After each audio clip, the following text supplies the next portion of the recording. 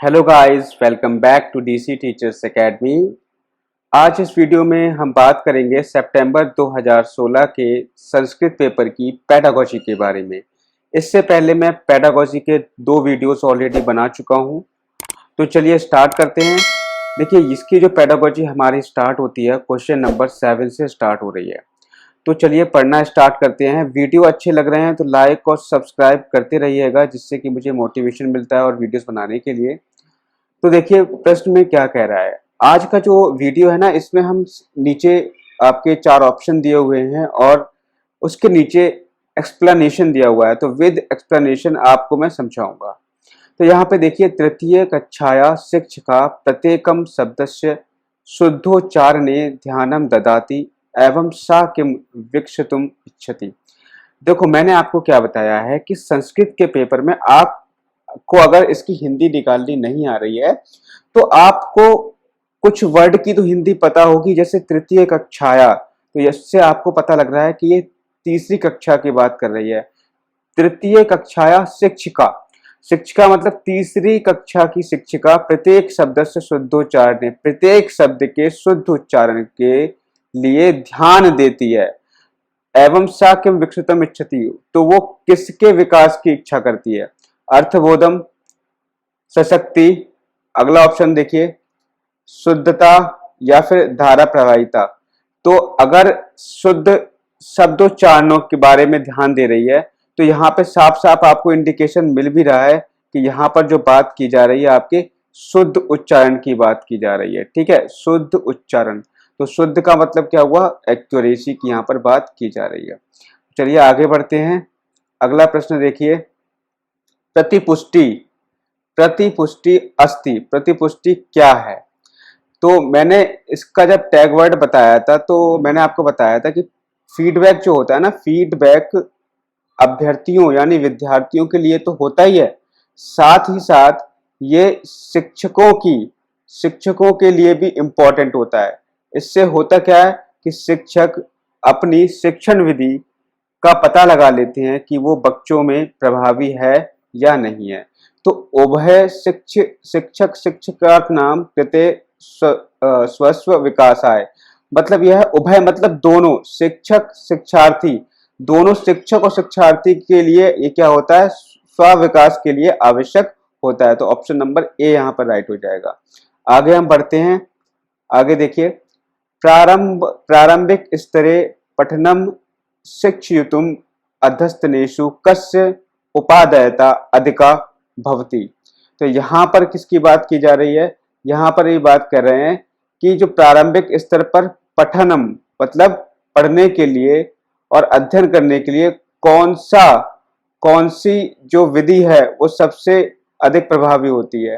तो यहाँ पर आप देखोगे तो जो फ्लैश कार्ड होते हैं, फ्लैश कार्ड मैंने आपको जब अपना टैग वर्ड वाला वीडियो बताया था तो उसमें बताया भी था कि जो फ्लैश कार्ड होते हैं वो बहुत ही ज्यादा इंपॉर्टेंट होते हैं प्राथमिक स्तर पर पठन के लिए। ठीक है, आगे हम बढ़ जाते हैं। यहाँ पर देखो कह भी रहा है कि निश्चित रूप से शिक्षण कार्य में प्रारंभिक स्तर को पढ़ाने हेतु शिक्षक को बोध पट्टा नाम यानी फ्लैश कार्ड की उपादेयता अधिक रखनी चाहिए। आगे हम बढ़ते हैं। अगला जो क्वेश्चन है वो है बाला नाम पठनस्य लिखनस्य च विकासाय आद्यम चरणम किम अस्ति। बालकों के पढ़ने और लिखने के विकास में प्रथम चरण क्या होता है। ठीक है, तो मैंने आपको क्या बताया था कि जो पहला चरण होता है वो होता है उद्गामी साक्षरता। ठीक है, अब देखो उद्गामी साक्षरता का मतलब क्या होता है। इसका मतलब होता है स्फुटित साक्षरता, मतलब बिल्कुल प्रारंभ में ही छात्र हृदयन मंचन पर निकलने वाली शिक्षा। मतलब ये होता है कि जब बच्चा बिल्कुल नया नया विद्यालय जाता है तो उसके अंदर जो साक्षरता इमर्ज होके आती है, बिल्कुल प्रारंभ में जो निकल करके आती है, वही हमारी क्या है, उद्गामी साक्षरता सबसे ज्यादा जरूरी होती है। आगे हम बढ़ते हैं। शिक्षिका स्वकक्षाया बालान युगलेषु विभजति तान युगलान स्वस्व पुस्तिकानां विनियम कृत्वा निर्देशानुसारं संशोधनं कर्तुम सूच्यति। तो एवं सा किम कर्तुम इच्छति, मतलब क्या है, अगर आपको इसका अर्थ समझ में नहीं आ रहा है तो यहाँ पर देखो, ये कह रहा है शिक्षिका स्वकक्षा है, मतलब शिक्षिका अपनी कक्षा के बालकों को युगलेशु विभाजती, मतलब क्या करती है, जोड़ों में, युगलों में विभाजित करती है। ठीक है। और तान युगलान स्वपुस्तिका नाम विनियम, और उन जो जोड़े होते हैं उनको खुद की पुस्तिका, मतलब स्वयं की पुस्तिका प्रदान करके क्या करती है, निर्देश देती है कि आप जो है, आप आपकी जो पुस्तक है उसमें क्या करो, संशोधन, मतलब त्रुटि जो है उसको संशोधित करो। आपकी पुस्तक में जो भी, ठीक है, जो भी त्रुटि है उसको आपको क्या करना है, संशोधित करना है। तो वो क्या कर रही है, तो इस प्रकार का जो इसकी जो मतलब ये कार्य करवा रही है, उसके पीछे क्या इसका उद्देश्य है ऐसा करवाने के पीछे। तो यहाँ पर हम देखें तो पहला है समकक्षीय मूल्यांकनम, फिर है सामूहिक मूल्यांकनम, फिर है संशोधनम, फिर है स्वयं मूल्यांकनम। तो देखो यहाँ पर है क्या, यहाँ पर अगर कोई भी बच्चा स्वयं अपनी पुस्तक में किसी भी गलती को निकाल करके, त्रुटि को निकाल करके संशोधन कर रहा है, तो यह आपका पीयर असेसमेंट कहलाता है, समकक्षीय मूल्यांकनम कहलाता है, क्योंकि उसी की कक्षा है और उसी की किताब है। तो इस तरीके से हम कह सकते हैं इसको समकक्षीय मूल्यांकनम।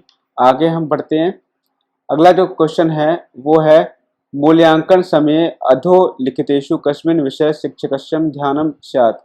मूल्यांकन के समय निम्नलिखित में से कौन से विषय पर शिक्षक को ध्यान देना आवश्यक है। तो यहाँ पर आप देखोगे पहला ऑप्शन है धारा प्रवाही वक्तव्य सहतस्य छात्र विकासायां तुलना, सृजनात्मक लेखके सहतस्य छात्रस्य विकासस्य तुलना, एकस्य छात्रस्य विकासस्य अन्य छात्राणां विकासे सह तुलना, एकस्य छात्रस्य विकासस्य तस्य पूर्वस्थिता सह तुलना। तो यहाँ पर आप देखोगे बात किसकी की जा रही है, मूल्यांकन के समय।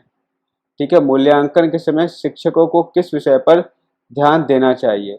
तो इसका जो ऑप्शन नंबर डी सही होगा। क्यों सही होगा, तो यहाँ पर देखिए मूल्यांकन के समय पर शिक्षक का आवश्यक ध्यान आकर्षण एक छात्र के विकास और उसके पूर्व स्थिति कार्य की तक्षण तुलना करना, और कक्षा में शिक्षण मूल्यांकन पर शिक्षक की प्रति छात्र के हिसाब से एक ही छात्र पर ध्यान को अंकित करेगा, तभी एकांकी मूल्यांकन शिक्षा प्रणाली पद्धति पूर्ण भी होगी। तो यहाँ पर कहने का मतलब यह है, एकांकी शिक्षक प्रणाली का मतलब यह है कि प्रत्येक बच्चे पर अलग अलग से ध्यान देना। ठीक है, एक एक छात्र पर ध्यान देना। तो यहाँ पर यही बात की जा रही है, एकस्य छात्रस्य विकासस्य तस्य पूर्वस्थिता सह तुलना। ठीक है, ये पेपर जो है ना थोड़ा सा कठिन क्यों होता है, ये कठिन इसलिए होता है क्योंकि ये हमने जो पेपर उठाया है ना, पेपर जो आपका 91 से आपका 91 से 120 तक जो पेपर आता है वो उठा लिया हमने, पेपर फर्स्ट उठा लिया है। ठीक है, लेकिन हमें मतलब क्या है, हमें मतलब है इसकी पेडागोजी से, पेडागोजी सॉल्व करनी है जिससे कि हमारी मैक्सिमम प्रैक्टिस हो सके। ठीक है, देखिए पठन समय अधनस्तेषु कस्य महत्वम सर्वाधिकम, पढ़ने के समय क्या सबसे अधिक महत्वपूर्ण होता है। ठीक है, पढ़ने के समय क्या सबसे अधिक महत्वपूर्ण होता है। तो यहाँ पर आप देखोगे चारों ऑप्शन में से ऑप्शन नंबर बी यहाँ पे करेक्ट होगा। क्यों, क्योंकि यह है पाठस्य अर्थस्य अवगमनम, मतलब पाठ को पढ़ते समय उसका अर्थ भी, आप अर्थ का भी आपको बोध होना चाहिए। ठीक है, तो यहाँ पर आप देख भी सकते हो कि मनोवैज्ञानिकों द्वारा यह सिद्ध किया जा चुका है कि पाठन प्रणाली में अर्थात पढ़ने और पढ़ाते समय मूल रूप से पाठ के अर्थ को बोधित करना महत्वपूर्ण होता है। मैंने कहा नहीं कि पाठ को पढ़ने के साथ उसके अर्थ का बोध भी आप साथ साथ करोगे, तभी पढ़ना आपका सफल होगा। आगे देखिए बालानाम पत्रिकात कस्यास्ता कथायाम पठनम नामा। तो यहाँ पर आप देखो पहला है कि सिंह अवलोकनम, सूक्ष्म अवलोकनम, गृह अध्ययनम, विस्तृत अध्ययनम। मतलब यह है कि जब बालक पत्रिका का कोई अध्ययन कर रहा है, ठीक है, बालक पत्रिका का कोई अगर अध्ययन कर रहा है तो उसमें बालक जो है किस प्रकार के का पठन कर रहा है, किस प्रकार का पठन कर रहा है। तो यहाँ पर जो है विस्तृताध्ययनम का पठन कर रहा है। मतलब यह है कि अगर पत्रिका का कोई भी बालक अध्ययन कर रहा है तो उसका मतलब ये होगा कि वो एक्सटेंसिव रीडिंग कर रहा है, मतलब विस्तृत अध्ययन कर रहा है। समझ गए इस बात को। आगे हम बढ़ते हैं। अगला जो क्वेश्चन है वो ये है उत्पादक कौशलम अस्ति, तो निम्न में से कौन सा उत्पादक कौशल है। ठीक है, तो मैंने उत्पादक कौशल के बारे में आपको बताया भी है कि संभाषण लेखनम चा, संभाषण और लेखन जो होते हैं वो आपके उत्पादक कौशल होते हैं। मतलब ये हुआ, संभाषण का मतलब क्या होता है, बोलना, लेखनम का मतलब लिखना। बोलना और लिखना, ये ध्यान कर लीजिए, आपके हिंदी में भी ये काम आएंगे। ठीक है, तो ऑप्शन नंबर ए यहाँ पे करेक्ट हो जाएगा। आगे बढ़ते हैं।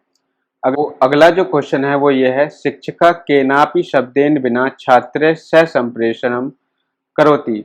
मतलब शिक्षिका शब्दों के बिना छात्रों से अगर संप्रेषण करती है तो वो इसमें से किसका उपयोग कर रही है। शाब्दिक संप्रेषण, शब्देतर संप्रेषणस्य, मौखिक संप्रेषण या लिखित संप्रेषण। शब्दों के बिना संप्रेषण, तो ये तो शाब्दिक संप्रेषण तो हो नहीं सकता क्योंकि शब्दों के साथ होगा। मौखिक भी हो नहीं सकता, लिखित भी नहीं हो सकता। शब्देतर का मतलब होता है बिना शब्दों के संप्रेषण करना।